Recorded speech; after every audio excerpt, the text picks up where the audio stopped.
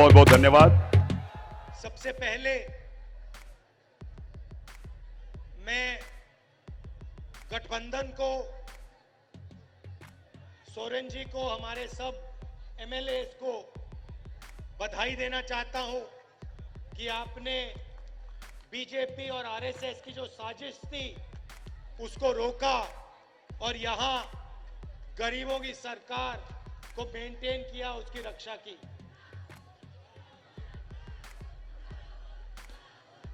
कुछ दिनों से हमारी यात्रा झारखंड में चल रही है। पिछले साल हमने भारत जोड़ो यात्रा की। कन्याकुमारी से हम कश्मीर चले, 4000 किलोमीटर, लाखों लोग एक साथ भारत जोड़ो यात्रा में चले। बीजेपी ने, आरएसएस ने देश में नफरत फैला रखी है, हिंसा फैला रखी है। इसके खिलाफ भारत जोड़ो यात्रा में हम सब मिलकर, लाखों लोग मिलकर चले और देश को हमने एक नया रास्ता दिया, एक नया रास्ता दिखाया और यात्रा बहुत सफल हुई। यात्रा में काफी लोग हमारे पास आए, झारखंड से आए, उड़ीसा से आए, बाकी प्रदेशों से आए। उन्होंने कहा, देखिए आपने भारत जोड़ो यात्रा की, कन्याकुमारी से आप कश्मीर चले, मगर झारखंड का क्या होगा, उड़ीसा का क्या होगा, बंगाल का क्या होगा? इधर तो आपने यात्रा नहीं की। आपको दूसरी रात यात्रा करनी चाहिए। मणिपुर से महाराष्ट्र एक और भारत जोड़ो यात्रा करनी चाहिए। और ये हजारों लोगों ने हमसे कहा, इसीलिए आज मैं आपके सामने खड़ा हूं। मणिपुर से महाराष्ट्र दूसरी भारत जोड़ो न्याय यात्रा हम कर रहे हैं। और आपने देखा झारखंड में कितने जोश से, कितनी शक्ति, कितनी ऊर्जा झारखंड की आम जनता ने हमारी यात्रा में डाली। तो आपका मैं दिल से धन्यवाद करना चाहता हूं।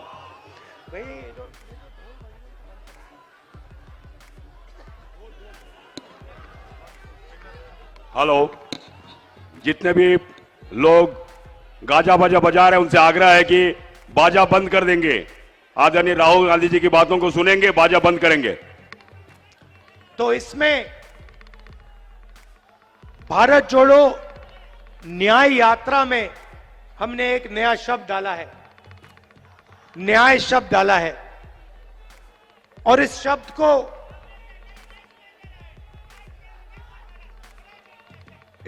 को देश में आज बहुत अच्छी तरह समझा जा रहा है। ये जो एचईसी के पोस्टर लिए हैं, आप अन्याय शब्द को बहुत अच्छी तरह समझते हो, क्योंकि आपके खिलाफ अन्याय किया जा रहा है। किया जा रहा है, नहीं किया जा रहा है? जोर से बोलो, दिल्ली तक सुनाई देना चाहिए। देखिए, पब्लिक सेक्टर एंटरप्राइज है, इसका आस्ते आस्ते नरेंद्र मोदी जी और उनकी सरकार इसका आस्ते आस्ते आस्ते आस्ते गला घोट रहे हैं। सही? बताइए, एचईसी का गला क्यों घोटा जा रहा है? क्योंकि सरकार और बीजेपी चाहती है कि एचईसी काम ना करे और आने वाले कल एचईसी फैक्ट्री का नाम बदलकर अदानी नाम का नेम प्लेट इसके ऊपर लगा दिया जाए। इसको प्राइवेटाइज कर दिया जाए। और भाइयों और बहनों, आज एचईसी के लोग आए हैं, मगर जहां भी मैं जाता हूं वहां पे ऐसे किसी ना किसी पब्लिक सेक्टर यूनिट के लोग बैनर लिए, पोस्टर लिए, झंडा लिए खड़े दिखते हैं। BHEL, HAL, HEC, क्योंकि मोदी सरकार सारे के सारे पब्लिक सेक्टर यूनिट्स को आस्ते आस्ते आस्ते मारकर एक ही नेम प्लेट लगाना चाहती है भाइयों और बहनों। BHEL नहीं, HAL नहीं, HEC नहीं, इंडियन ऑयल नहीं, अदानी।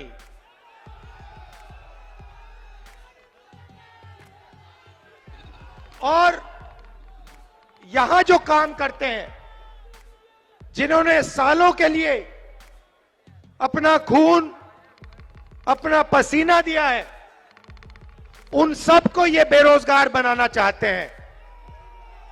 और मैं इस स्टेज से आपको बता दूंगा, और ये याद रखिए HEC वाले लोग, कांग्रेस पार्टी ये नहीं होने देगी।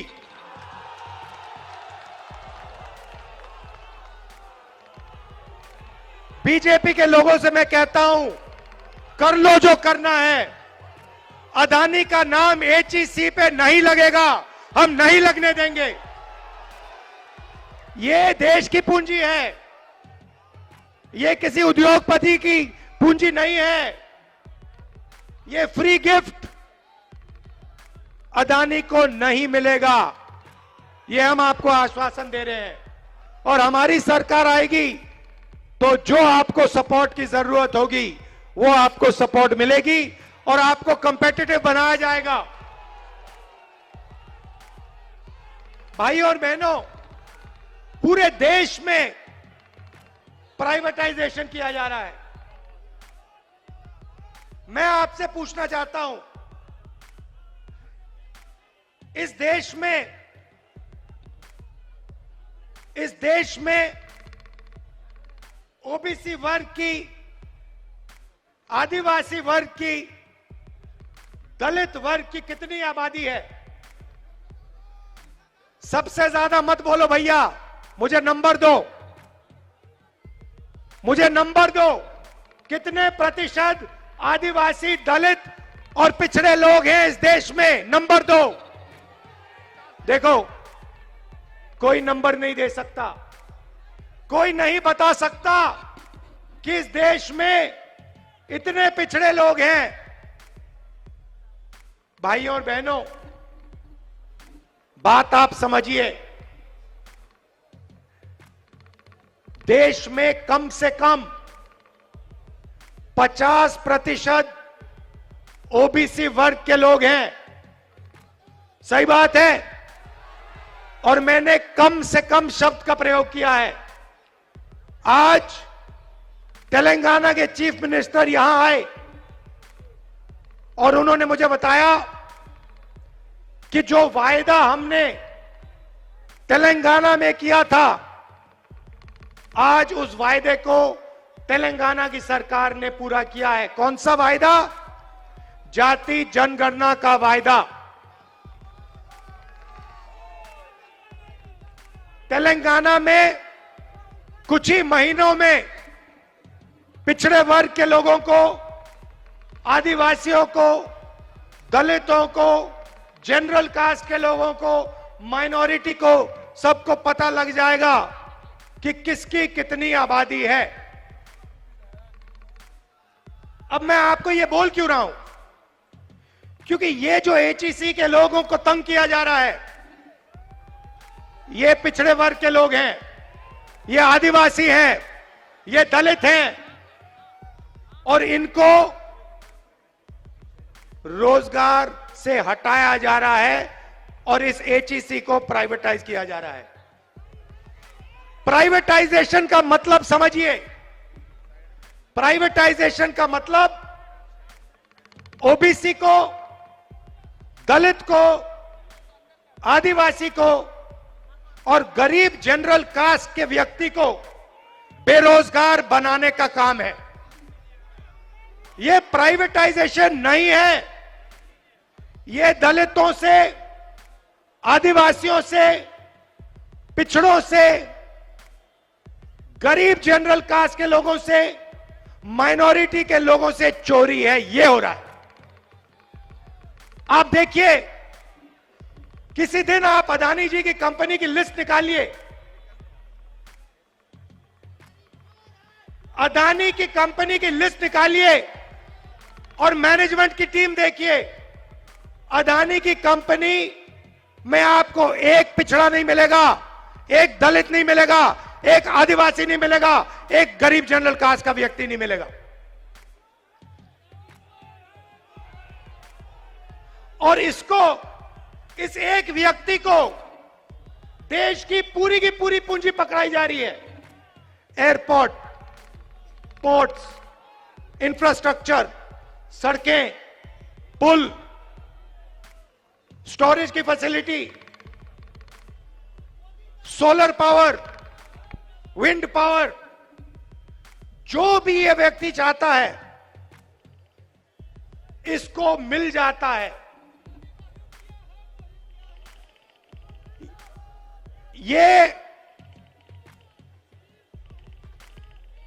डिफेंस में देश की रक्षा सेना करती है।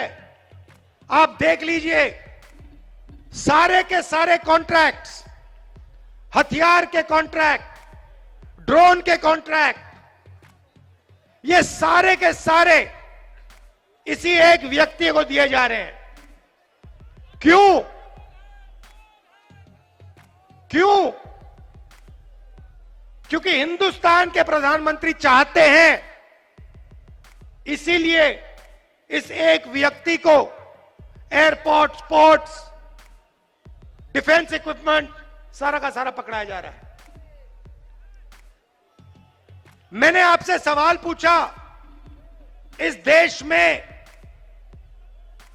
पिछड़े लोग कितने हैं, आदिवासी कितने हैं, दलित कितने हैं?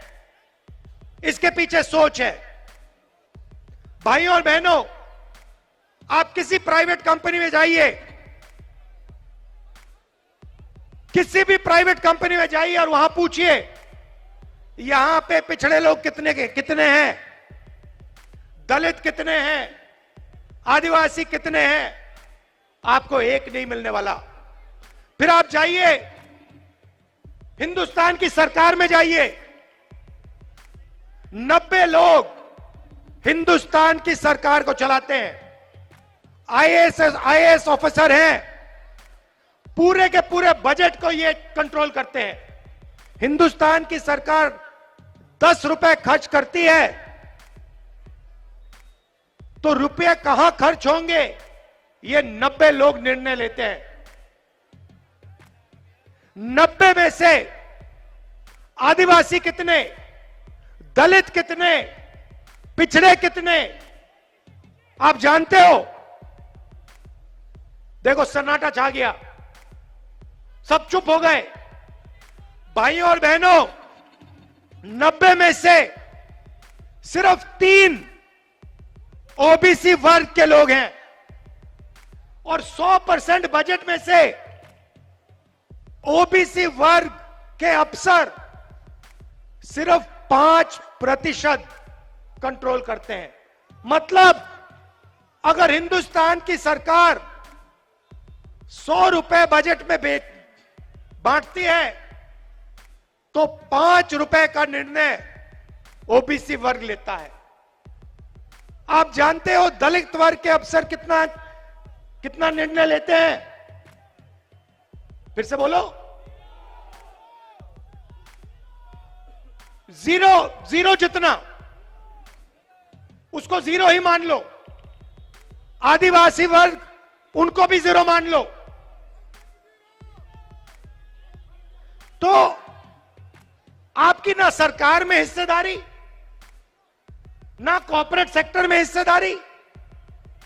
आप जाइए, लिस्ट निकालिए, प्राइवेट अस्पतालों की लिस्ट निकालिए, उसमें देखिए, उसमें आपको दलित नहीं मिलेगा, मैनेजमेंट में एक ओबीसी नहीं मिलेगा, एक मालिक नहीं मिलेगा, एक आदिवासी, एक दलित, कोई नहीं मिलने वाला उसमें। फिर आप प्राइवेट यूनिवर्सिटीज की लिस्ट निकालिए, कॉलेजेस की लिस्ट निकालिए, उसमें आपको एक पिछड़ा नहीं मिलेगा, एक मालिक आपको पिछड़ा नहीं मिलेगा, एक मालिक दलित नहीं मिलेगा, एक मालिक आदिवासी नहीं मिलेगा।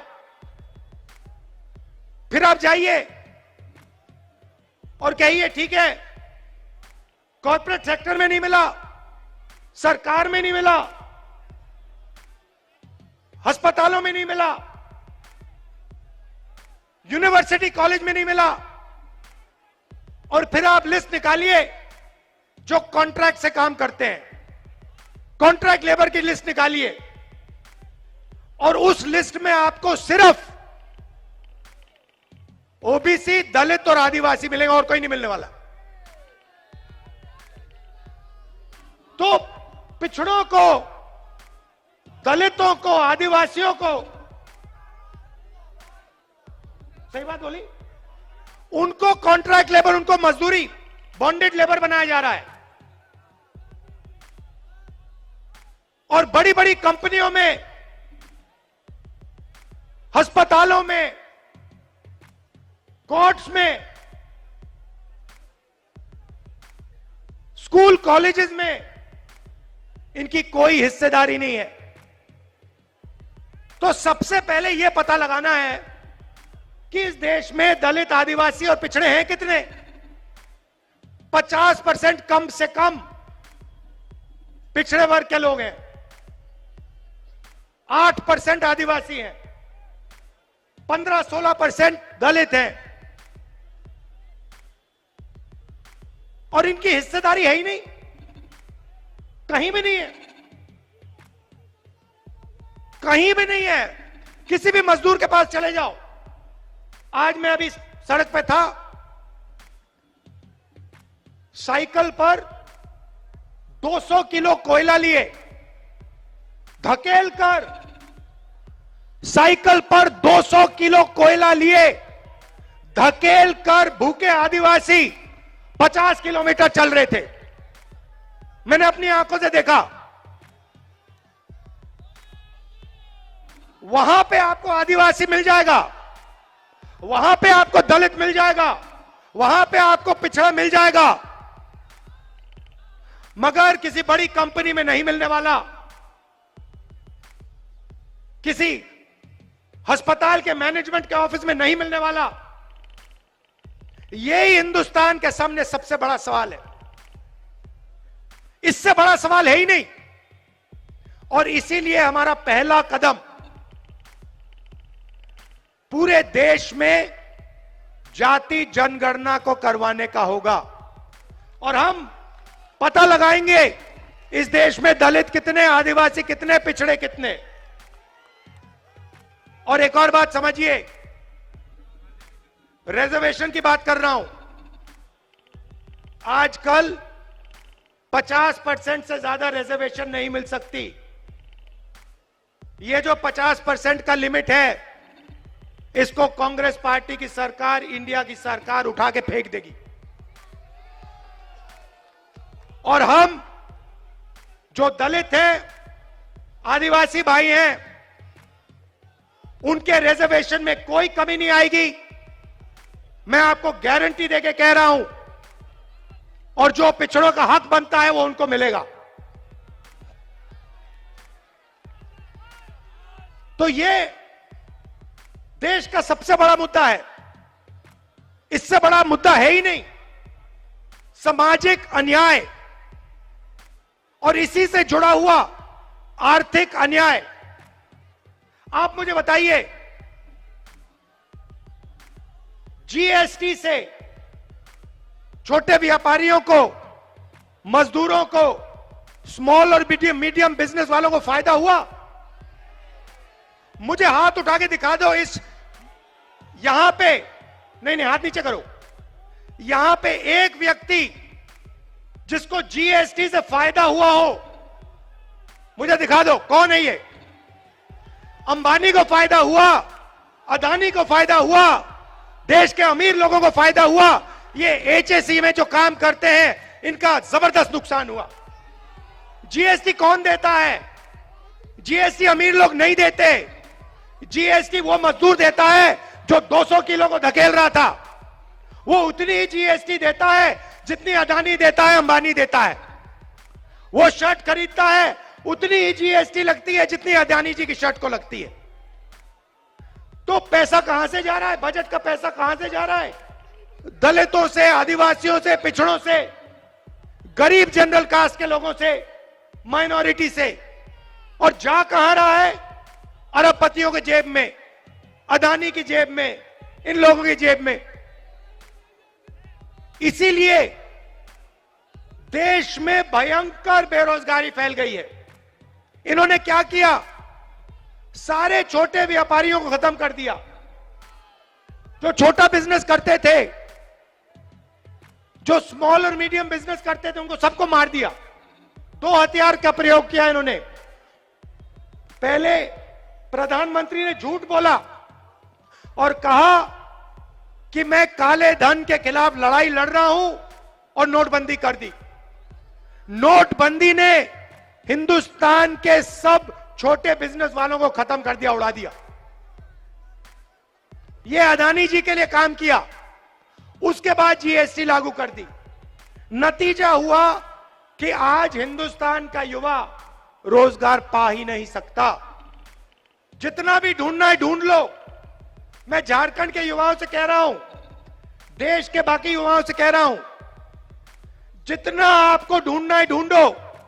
नोटबंदी के बाद, जीएसटी के बाद, नरेंद्र मोदी जी की पॉलिसीज के बाद छोटे बिजनेसेस हैं ही नहीं। ये देश की रीढ़ की हड्डी है। ये बेरोजगार देते हैं, इनको खत्म कर दिया। तो जब तक दिल्ली की सरकार नहीं बदलेगी, तब तक इस देश में युवाओं को रोजगार नहीं मिल सकता। सीधी बात है। और मैंने, अब मजे की बात देखिए, पहले नरेंद्र मोदी कहते थे, हर भाषण में कहते थे, मैं ओबीसी हूं। याद है आपको? तो मैंने प्रधानमंत्री से कहा, प्रधानमंत्री जी आप ओबीसी हैं, आप पिछड़े वर्ग के हैं, तो आप ऐसे करिए, जाति जनगणना लागू कर दीजिए। देश को बता दीजिए कि आप जैसे पिछड़े वर्ग के लोग कितने हैं। उसके एकदम बाद नरेंद्र मोदी भाषण देते हैं, कहते हैं, भाइयों और बहनों, देश में दो ही जात हैं, एक अमीर है और एक गरीब है। वाह रे वाह, एक अमीर है और एक गरीब है। तो फिर आप कहां के ओबीसी बन गए? जब ओबीसी को हक देने का टाइम आया, रिजर्वेशन देने का समय आया, सामाजिक न्याय देने का समय आया, दलितों को, आदिवासियों को न्याय देने का समय आया, तो नरेंद्र मोदी जी कहते हैं इस देश में तो जाति नहीं है। और जब वोट लेने का समय आता है तो नरेंद्र मोदी कहते हैं मैं तो ओबीसी हूं, मैं तो ओबीसी हूं। आप कैसे ओबीसी हैं? तो देश में सामाजिक न्याय, अन्याय, आर्थिक अन्याय, महिलाओं के खिलाफ अन्याय, किसानों के खिलाफ अन्याय, मजदूरों के खिलाफ अन्याय, ये 5 बड़े बड़े अन्याय हो रहे हैं। और ये हर रोज कहीं ना कहीं आपको दिखेंगे। ये सरकार को, मोदी जी को नहीं दिखते, उनके मंत्रियों को नहीं दिखते, मगर बाकी हिंदुस्तान को हर रोज ये दिखते हैं। और इन अन्याय के खिलाफ हमने न्याय यात्रा शुरू की है। ये हमारा लक्ष्य था। और इससे देश को हमने एक दूसरी विचारधारा दी है कि देखिए, नफरत से, हिंसा से कुछ नहीं होने वाला, कुछ नहीं होने वाला। बेरोजगारी फैलेगी, महंगाई बढ़ेगी, यही होने वाला है। और ये आपको पिछले 10 साल में दिखा है। जितनी नफरत बढ़ती है, जितनी हिंसा बढ़ती है, उतनी बेरोजगारी बढ़ती है, उतनी महंगाई बढ़ती है, उतना पैसा अदानी जी का बनता है। तो ये हो क्या रहा है? ये आपको लड़ाते हैं, एक दूसरे से लड़ाते हैं और आपसे कहते हैं देखो, एक धर्म दूसरे धर्म से लड़ो, एक जात दूसरी जात से लड़ो, एक भाषा दूसरी भाषा से लड़ो। समाज में हिंसा फैलाते हैं और फिर आपकी जेब में से आपका पैसा उठा के अदानी जी की जेब में कर देते हैं। यही हो रहा है। और आखिरी बात आपसे कहना चाहता हूं, यहां पे आपकी सरकार को यह क्यों हटाए? क्योंकि ये इस बात को एक्सेप्ट नहीं कर सकते हैं कि झारखंड में आदिवासी चीफ मिनिस्टर है। ये इस बात को एक्सेप्ट ही नहीं कर सकते। इसीलिए इन्होंने हमारी सरकार को हटाने की कोशिश की और कांग्रेस पार्टी, जेएमएम सब मिलकर बिल्कुल इनके सामने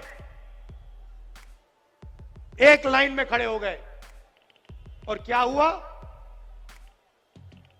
सरकार बच गई। ये हर प्रदेश में करते हैं। जहां भी उनको चांस मिले, ये या सीबीआई का प्रयोग करके, ईडी का प्रयोग करके, इनकम टैक्स का प्रयोग करके या पैसा देकर ये यही काम करते हैं। लोकतंत्र पे ये आक्रमण कर रहे हैं, संविधान पे ये आक्रमण कर रहे हैं, क्योंकि ये जनता की जो आवाज है इसको दबाना चाहते हैं। और कांग्रेस पार्टी, हमारा गठबंधन, इंडिया गठबंधन, लोकतंत्र की जो आवाज है उसको कभी नहीं दबने देगा। तो आप सब यहां आए, आपने इतनी हमारी मदद की, सड़कों पे लाखों लोग निकले। मोदी मीडिया, देखिए मोदी मीडिया, मैंने पहले कहा प्रेस के हमारे मित्रों, मगर ये हमारे मित्र नहीं है, ये हमारे मित्र नहीं है। ये रिपोर्टर है, ये हो सकते हैं बेचारे, मगर इनके जो मालिक हैं वो हमारे मित्र नहीं है, उनके मित्र दूसरे हैं। तो आप सबसे मैं धन्यवाद करना चाहता हूं कि आप लोकतंत्र के लिए लड़ रहे हो, आप संविधान के लिए लड़ रहे हो और आप इस देश की रक्षा कर रहे हो, देश की रक्षा कर रहे हो। आखिरी बात, नहीं बोलो, जोर से बोलो, नहीं एक सेकंड, जोर से बोलो। ये देखो, सरना कोड देना होगा और ये काम हम आपके लिए करवा के डिलीवर कर देंगे। घबराइए मत, डरिए मत। धन्यवाद, जय हिंद।